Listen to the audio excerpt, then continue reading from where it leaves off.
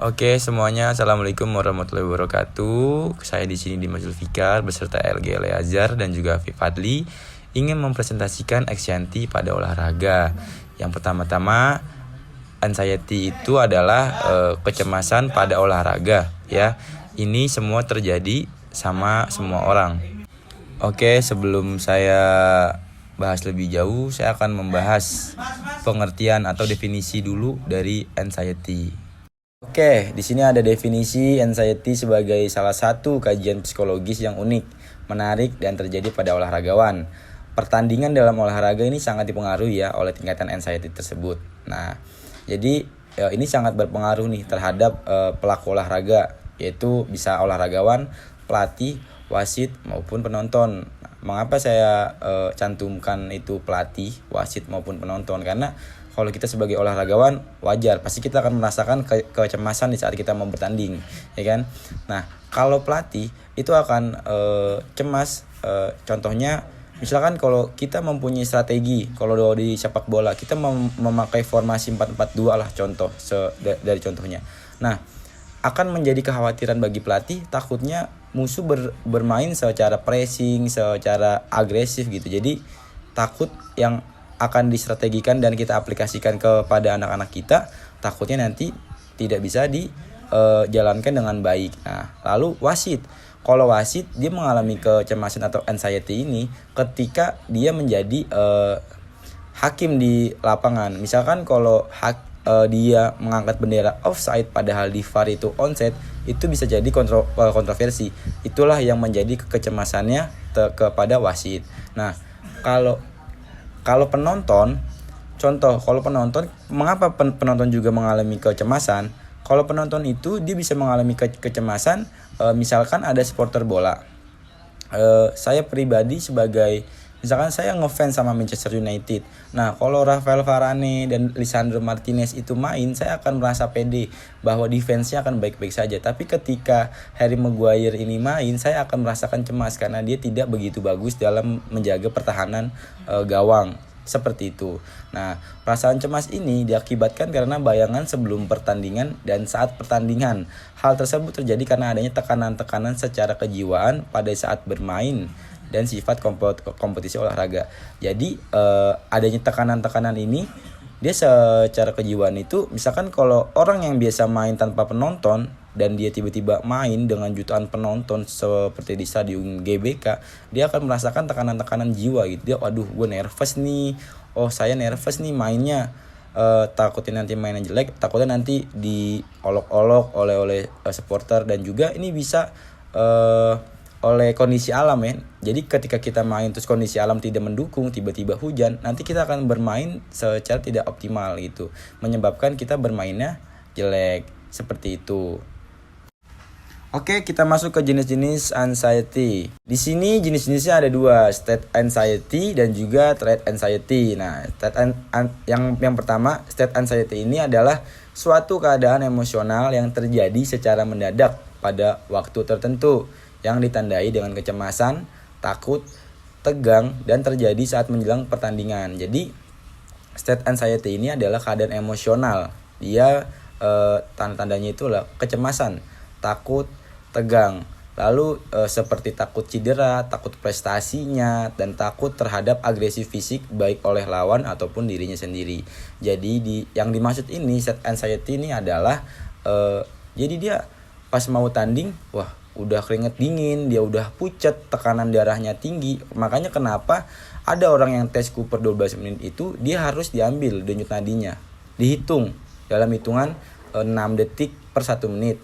Nah, itu dia yang bisa mencegah ya, karena kalau dihitung denyut nadi berarti dia ketahuan nih dia cemas enggak, dia gugup atau enggak gitu. Nah, sedangkan seperti takut cedera, jadi sebelum dia main dia melihat lawan, wah lawannya besar-besar nih. Kalau di rugby kan main body-bodyan, jadi takut kelempar, takut kena banting, takut nanti patah tulang gitu. Nah, kalau takut prestasi ini takut akibat sosial, lebih ke sosial. Jadi kalau dia mainnya buruk, nanti dia akan diolok-olok sama fans atau sama akun fanbase segala macem.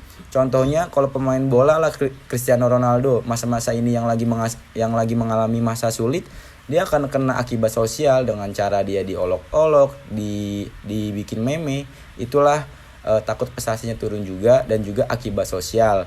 Lalu takut terhadap agresi fisik baik lawan ataupun dirinya sendiri. Jadi dia udah merasa nggak pede, lawannya gede, tapi dia takutnya mikir nanti sekali smash dia akan jatuh. Contohnya seperti di boxing. Makanya di boxing itu ada sesuai dengan kategori kelas beratnya gitu. Jadi kalau misalkan lawannya besar yang dirinya itu kecil, dia akan merasakan kecemasan karena tidak seimbang, seperti itu. Lalu yang kedua ada threat anxiety, ini adalah cemas yang bersifat pribadi atau bawaan.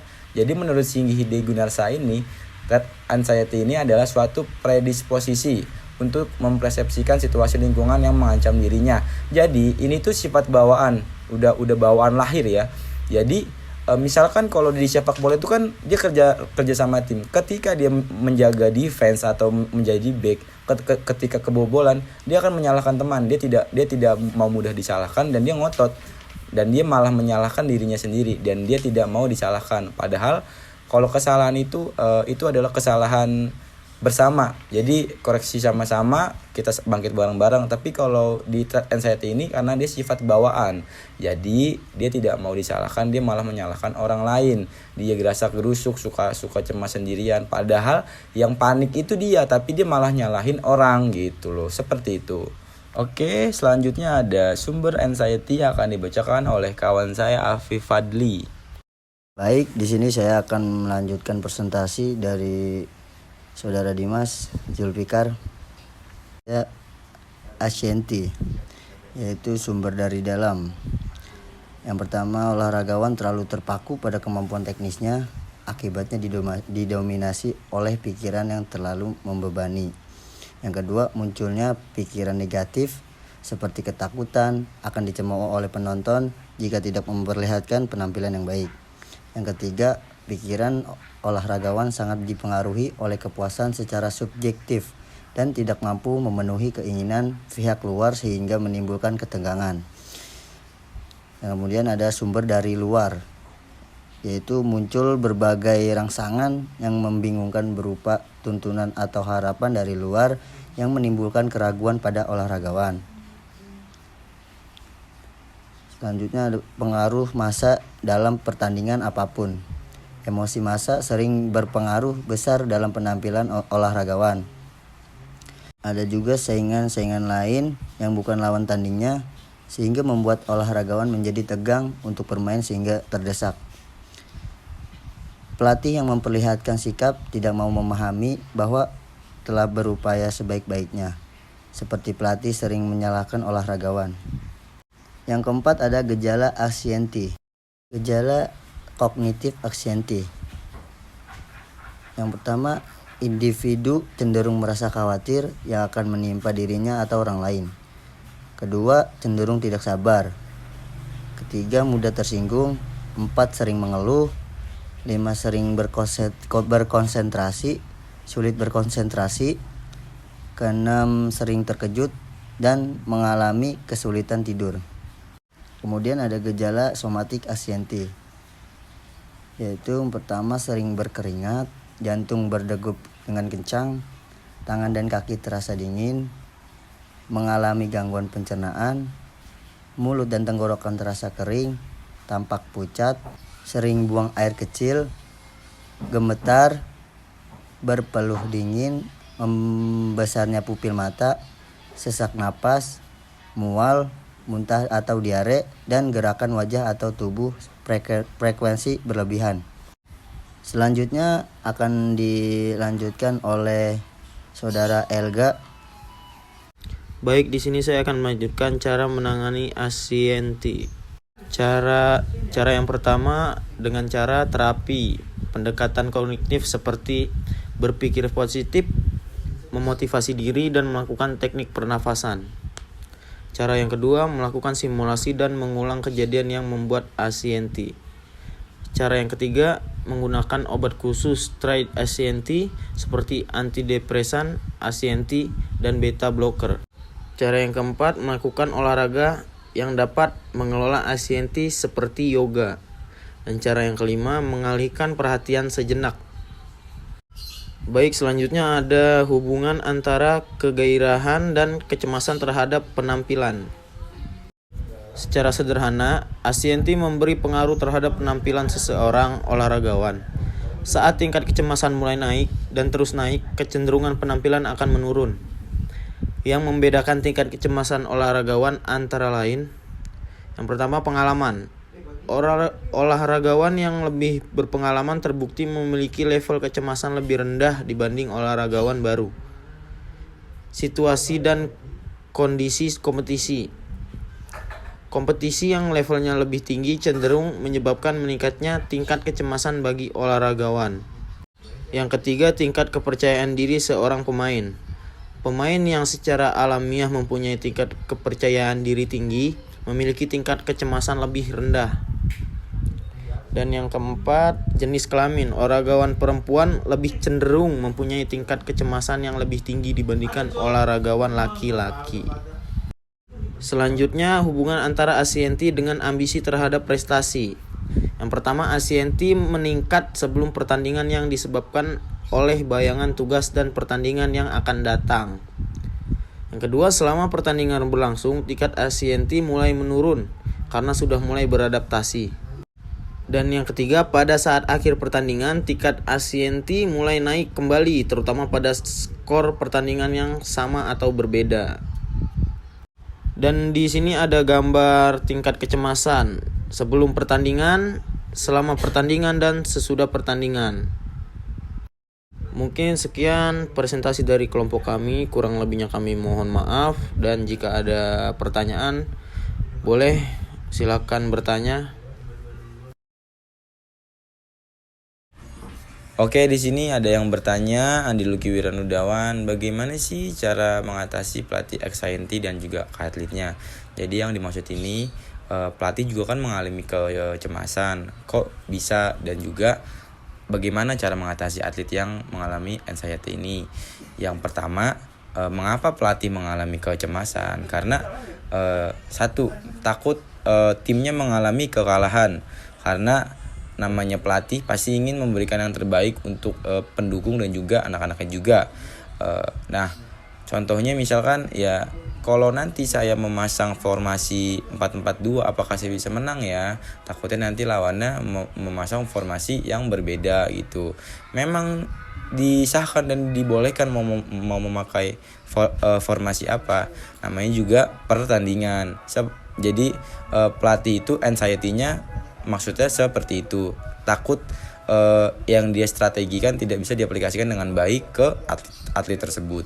Nah, untuk atletnya itu bisa dari dalam diri sendiri dan juga dari luar. Caranya misalkan dari dalam dirinya dia pokoknya bisa, karena lomba cuma sebentar, saya latihannya lama gitu. Nah, kalau yang dari luarnya itu bisa menggunakan jasa pelatih. Contohnya kayak kamu latihan sama saya, kamu saya latih pagi, siang, sore, hujan-hujanan tetap saya latih, panas terik tetap saya latih. Masa kamu cuma lomba kayak gini aja nggak bisa? Kalau dia bisa berarti kamu harus lebih bisa. Itu jadi kita doktrin supaya dia percaya diri dan juga mampu untuk menyelesaikan lomba seperti itu. Di sini Sherin menanyakan, jelaskan fisiologisnya itu apa dan non fisiologisnya itu apa. Oke, kalau yang fisiologisnya itu dia berarti terlihat, contohnya seperti berkeringat, terus detak jantungnya lebih cepat, terus tekanan darahnya tinggi. Makanya kenapa kalau ada orang lomba lari itu biasanya dia cek tensi dulu, cek denyut nadi, apakah dia mengalami kecemasan, mengalami tekanan darah tinggi. Itu bisa diketahui karena biasanya kalau tensinya tinggi itu dia akan disuruh istirahat dulu sebelum dia bertanding. Nah, kalau yang non fisiologisnya ini yang tidak terlihat, dia seperti khawatir kepada diri sendiri. Jadi dia, wah kayaknya saya nggak bisa nih anuin lomba, kayaknya saya nggak bisa untuk mengangkat beban yang terlihat berat, padahal bisa. Jadi dia otaknya sudah berpikir kalau dia tuh nggak mampu gitu. Jadi kalau otak udah nggak berpikir nggak mampu, otomatis ya seluruh gerak badan kita jadi nggak mampu melakukannya, jadi terbatas seperti itu. Baik, di sini saya akan menjawab pertanyaan dari Jamjami Ulum. Apa bedanya kecemasan dan depresi? Baik.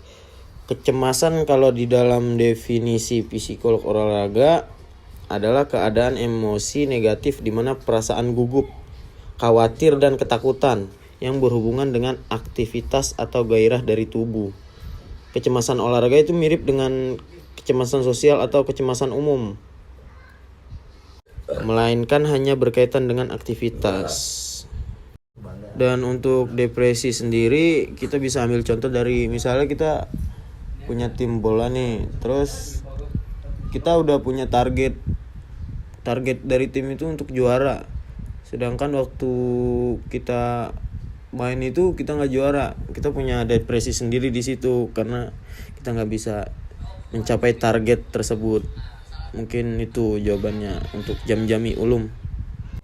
Baik, saya akan menjawab dari pertanyaan Muhammad Raja Saputra. Cara menghadapi kecemasan pada saat pertandingan. Mungkin dengan cara fokus mengontrol emosi, berpikir praktis, fokus pada pertandingan, terus bergerak serta berpikir positif. Hal tersebut mampu membantu atlet mengurangi rasa cemas dalam menghadapi pertandingan. Mungkin sekian dari jawaban saya, kurang lebihnya mohon maaf. Terima kasih. Oke, sekian presentasi dari kelompok kami. Kami pamit undur diri. Jika ada salah kata, mohon dimaafkan. Assalamualaikum warahmatullahi wabarakatuh.